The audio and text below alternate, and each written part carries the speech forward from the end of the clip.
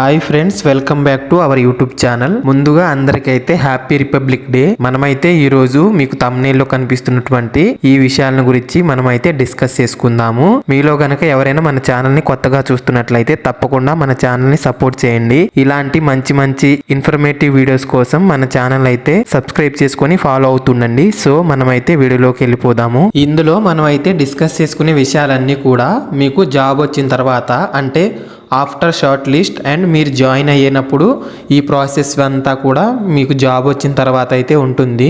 కాకపోతే ముందే మీరు ప్రతిదీ తెలుసుకోవాలని అయితే నేను వీడియో చేస్తున్నాను. సో మీరు ఫస్ట్ డే ఆఫీస్లో జీడీఎస్గా జాయిన్ అయ్యే రోజు మీరు చేయాల్సిన పని ఏంటంటే, మీకు ట్రైనింగ్ అయిన తర్వాత మీకు ట్రైనింగ్ అయిన ఆఫీస్ నుంచి మీకైతే మీ అడ్రస్కి జాయినింగ్ లెటర్ వస్తుంది. మీకు ముందే ఆ జాయినింగ్ లెటర్ వచ్చినట్లయితే మీరు మీ జాయినింగ్ ఉన్న సబ్ ఆఫీస్కి అయితే జాయినింగ్ మనకి సబ్ ఆఫీస్లో ఉంటుంది. మీ సబ్ ఆఫీస్లో మీరైతే ఆ జాయినింగ్ లెటర్ తీసుకెళ్లాల్సి ఉంటది. ఒకవేళ మీకు గనక మీ ట్రైనింగ్ తీసుకున్న ఆఫీస్ నుంచి జాయినింగ్ లెటర్ మీకు అందడం లేట్ అయినప్పటికీ కూడా పర్లేదు, మీరు క్యాజువల్ గా వెళ్ళి అక్కడ చెప్పినట్లయితే వాళ్ళు ఒకసారి చెక్ చేసి మీ బీపీఎం లేదా ఏబిపిఎం అంటే మీకు ఆపోజిట్ గా ఉన్నటువంటి డిసిగ్నేషన్ ఉన్న పర్సన్ మీకైతే ఛార్జ్ ఇస్తారు. అలా కూడా మీరు జాయిన్ అయిపోవచ్చు. నాకైతే నేను జాయిన్ అయిన తర్వాత నాకు ఛార్జ్ రిపోర్ట్ అనేది జాయిన్ అయిన తర్వాత నాకు జాయినింగ్ లెటర్ అనేది వచ్చింది. నేను నార్మల్ గానే వితౌట్ జాయినింగ్ లెటర్ నేను జాయిన్ అయిపోయాను. సో మీరైతే మీ సబ్ ఆఫీస్ లో గనక జాయినింగ్ లెటర్ లేకుండా జాయిన్ చేసుకోము అని చెప్పినట్లయితే మీరు ట్రైనింగ్ తీసుకున్న డివిజన్ ఆఫీస్ లోనే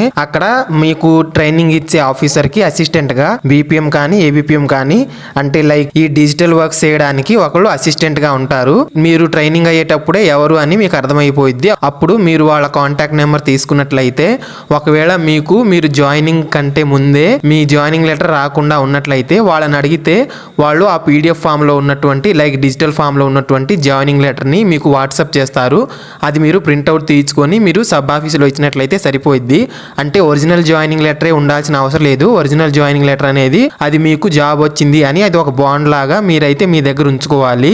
జస్ట్ జాయిన్ అవ్వడానికి మనం జిరాక్స్ ప్రూఫ్ తీసుకెళ్ళినా సరే సరిపోతుంది. మనకి ఆ జాయినింగ్ లెటర్ లో ఏముంటదంటే అది మనమే దాచుకోవాలి. దాంట్లో మన నేము, మన అడ్రస్, అలాగే మన డిసిగ్నేషన్ ఏంటి, మనకు స్టార్టింగ్ ఏ విలేజ్ లో అలాట్ అయ్యాము, మన శాలరీ ఎంత, మన బేసిక్ శాలరీ ఎంత, మనకి ఏ బేస్ మీద శాలరీ వస్తుంది, మన డిఏ ఎలా పెరుగుతాయి అనే పే స్ట్రక్చర్ మొత్తం అందులో ఉంటది. సో అది మనకే జస్ట్ మనం జాయిన్ అవ్వడానికి వాటి జిరాక్స్లు తీసుకెళ్తే సరిపోతుంది. అలాగే మనం జాయిన్ అయిన తర్వాత మనకి మన ఆఫీస్ లో charge report in the sense మనం ఏ రోజు నుంచి అయితే ఛార్జ్ తీసుకుంటున్నాము అనేది అయితే ఆ ఛార్జ్ రిపోర్ట్ లో ఉంటది. దాని మీద మన బ్రాంచ్ ఆఫీస్ యొక్క సీల్ అంటే స్టాంపు, అలాగే మనకి ఛార్జ్ ఇచ్చేటువంటి మన ఆపోజిట్ డిసిగ్నేషన్ వాళ్ళ యొక్క సిగ్నేచర్ ఉంటది. అది కూడా మనం ఈ జాయినింగ్ లెటర్ తో పాటు ఛార్జ్ రిపోర్ట్ కూడా మన దగ్గరే ఉండాలి. రేపు మనకి ఫ్యూచర్ లో అవే యూస్ అయ్యేది. అంటే మనం ఏ డేట్ నుంచి జాయిన్ అయ్యాము, ఏ డేట్ నుంచి మనం ఛార్జ్ తీసుకొని వర్క్ చేసుకున్నాము అనేది అయితే మనకి ఆ ఛార్జ్ రిపోర్ట్ లోనే ఉంటది.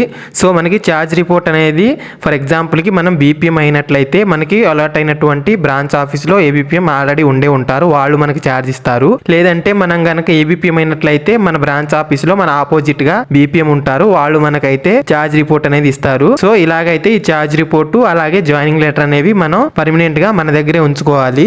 మనం ఆ రోజు మనం జాయిన్ అయిన రోజునే మనం ఆ యొక్క ఛార్జ్ రిపోర్ట్ ని మనం తీసుకోవాల్సి ఉంటుంది. సో ఇదైతే జాయినింగ్ లెటర్, అలాగే మనకైతే ఛార్జ్ రిపోర్ట్ కి రిలేటెడ్ ఇన్ఫర్మేషన్ అన్నమాట. నెక్స్ట్ అయితే మనకు శాలరీస్ ఏ అకౌంట్స్ లో వస్తాయని అయితే చెప్తాను. వేరే డిపార్ట్మెంట్స్ జాబ్స్ లో అయితే ఎంప్లాయీ ఏ అకౌంట్ డీటెయిల్స్ అయితే ఇచ్చినట్లయితే ఆ అకౌంట్ లోనే శాలరీస్ వేస్తారనుకుంటా, మాక్సిమం ఇదే ఉంటది. కానీ పోస్ట్ ఆఫీస్ లో మనకి ఓన్లీ జీడీఎస్ అనే కాదు, అది ఎస్పీఎం అయినా సరే లేదంటే ఎవరైనా సరే మనకైతే only post office accounts open చేయాల్సి ఉంటుంది.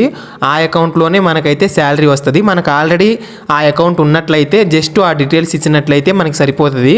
ఒకవేళ మనకి ఆ పోస్ట్ ఆఫీస్ అకౌంట్ లేకపోయినట్లయితే మనం జాయిన్ అయిన ఆఫీస్లోనే ఆ అకౌంట్ అనేది ఓపెన్ చేసుకోవచ్చు. అది ఐపీపీబీ అనే ఒక కార్డు ఉంటుంది. అంటే జస్ట్ లైక్ ఏటీఎం కార్డ్ లా ఉంటుంది అది, బట్ ఏటీఎం కార్డు కాదు. దాంతో మనం ఆన్లైన్ బ్యాంకింగ్ కూడా చేసుకోవచ్చు. కానీ దానికి ఏటీఎం మెషిన్స్ అలాగైతే ఉండవు. జస్ట్ కార్డ్ లాగా ఒక అకౌంట్ ఉంటుంది. ఆ అకౌంట్ లోనే మన శాలరీ రావడం జరుగుతుంది. నెక్స్ట్ అయితే జీడీఎస్ ఎంప్లాయీస్ కి పిఎఫ్ ఉంటుందా లేదా అనేది అయితే చెప్తాను. కరెంట్లీ జీడీఎస్ ఎంప్లాయీస్ కి అయితే ఎలాంటి పిఎఫ్ కట్టింగ్స్ అయితే ఉండవు. బయట ప్రైవేట్ ఎంప్లాయీస్ కి అలాగే గవర్నమెంట్ ఎంప్లాయీస్ కి ప్రతి ఒక్కరికి పిఎఫ్ ఉంటుంది. కానీ మనకి ఇండియా పోస్ట్ లో జీడీఎస్ ఎంప్లాయీస్ కి అయితే పిఎఫ్ ఉండదు. పిఎఫ్ ప్లేస్ లో మనకైతే లైఫ్ ఇన్సూరెన్స్ లు అనేవి ఉంటాయి, లైక్ పోస్టల్ లైఫ్ ఇన్సూరెన్స్ లాంటివి. ఆ లైఫ్ ఇన్సూరెన్స్ లే మనం చేయించుకోవాల్సి ఉంటుంది. అవి కూడా సేమ్ పిఎఫ్ లాగానే మనకు మంత్లీ కొంత అమౌంట్ అనేది కట్ అవుతుంది. అంటే ప్రతి ఎంప్లాయీకి ఎగ్జాక్ట్ గా ఇంతే ఇంతే కట్ అవుతుంది అని అయితే మనం చెప్పలేము. వాళ్ళ డేట్ ఆఫ్ బర్త్ ప్లస్ వాళ్ళు ఎంత ఇన్సూరెన్స్ అనేది ఓపెన్ చేయించుకోవాలి అనుకుంటున్నారో దాన్ని బట్టి డిపెండ్ అయి ఉంటుంది. నాదైతే 10 lakhs ది ఇన్సూరెన్స్, కొంతమంది 5 lakhs ది ఉంటుంది, కొంతమంది 20 lakhs ది ఉంటుంది. దాన్ని బట్టి మనకు మంత్లీ ఇంత కట్టింగ్ అని డిపెండ్ అయి ఉంటుంది. సో ఇన్సూరెన్స్లు అనేవి మనకైతే జీడీఎస్ ఎంప్లాయీస్ కి ఉంటాయి కానీ పిఎఫ్లు అనేవి ఉండదు. సో ఈ ఇన్సూరెన్స్లు అయితే మనం చేయించుకోవాల్సి ఉంటుంది. మనం జాయిన్ అయిన ఒక 1-2 months లో చేయించేస్తారు ఆటోమేటిక్ గా. సో ఇదే మనకు పిఎఫ్ తో ఇంక్లూడ్ అనమాట. కాకపోతే మనం ఇది మన టోటల్ గా మనకి ఇన్ని ఇయర్స్ కట్టాలి అని ఉంటది.